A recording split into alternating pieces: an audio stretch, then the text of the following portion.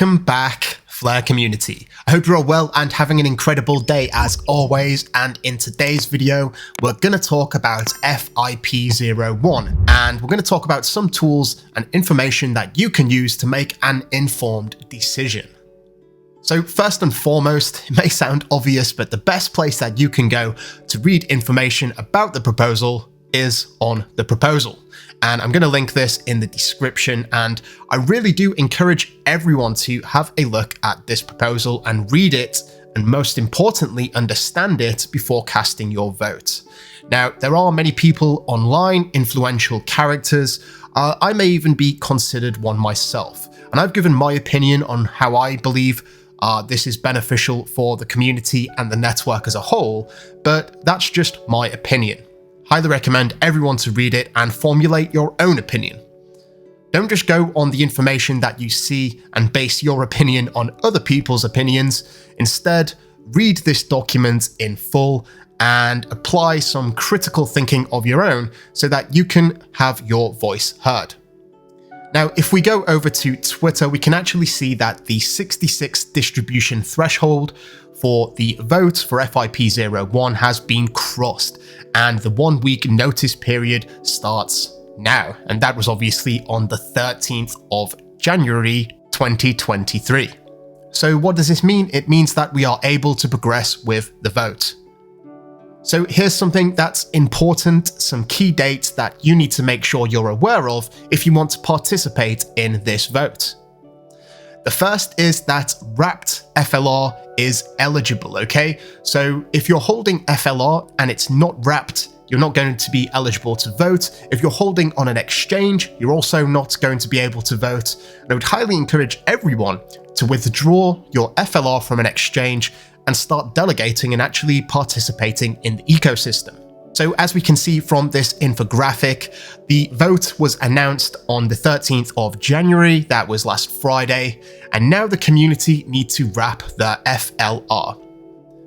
So the first important date coming up is the 19th of January, and that's Thursday for many people, and it's UTC time at 7 p.m.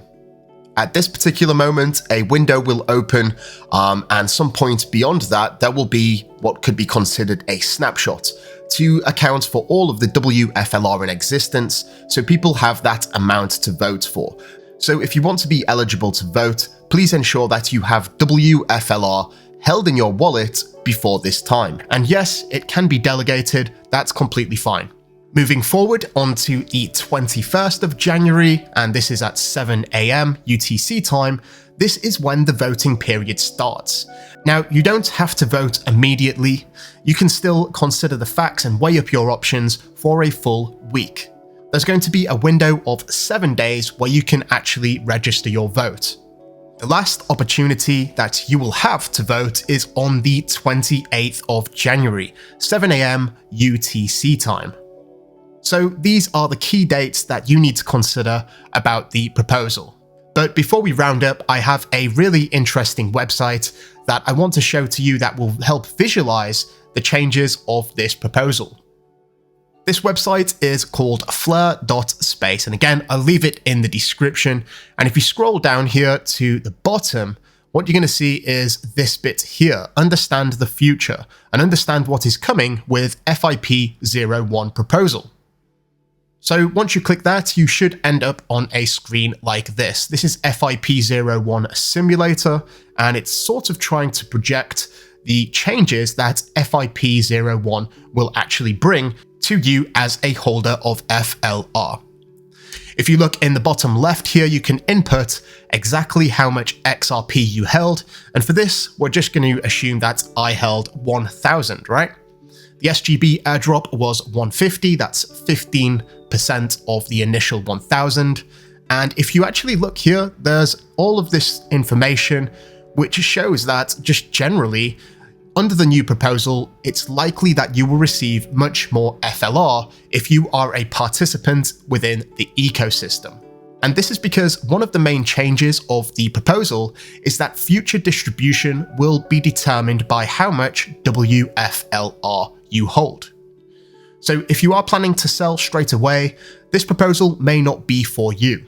But if you do have an interest, within the Flare network, you can see here at the bottom that you could expect to get somewhere around an additional 58.37 more FLR compared to the existing distribution scheme.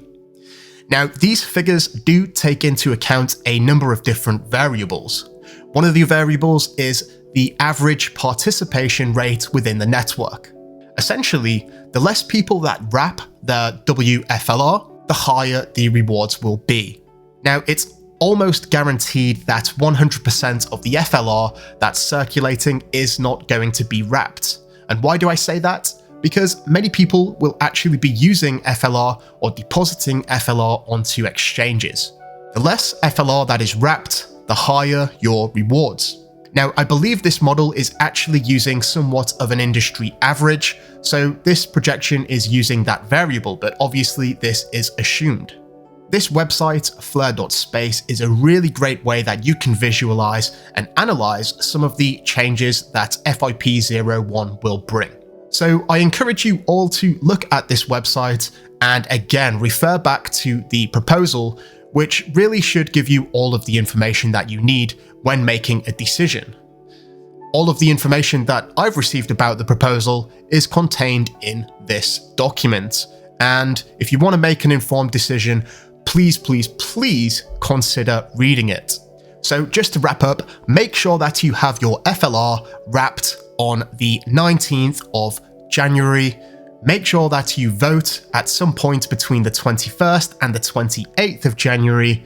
Let your voice be heard, whether it's for the proposal or against the proposal. It really doesn't matter because the community is collectively deciding the outcome. As mentioned, I will leave all of the important links in the description of this video. I'd like to thank you all so much for watching. Please feel free to like and subscribe.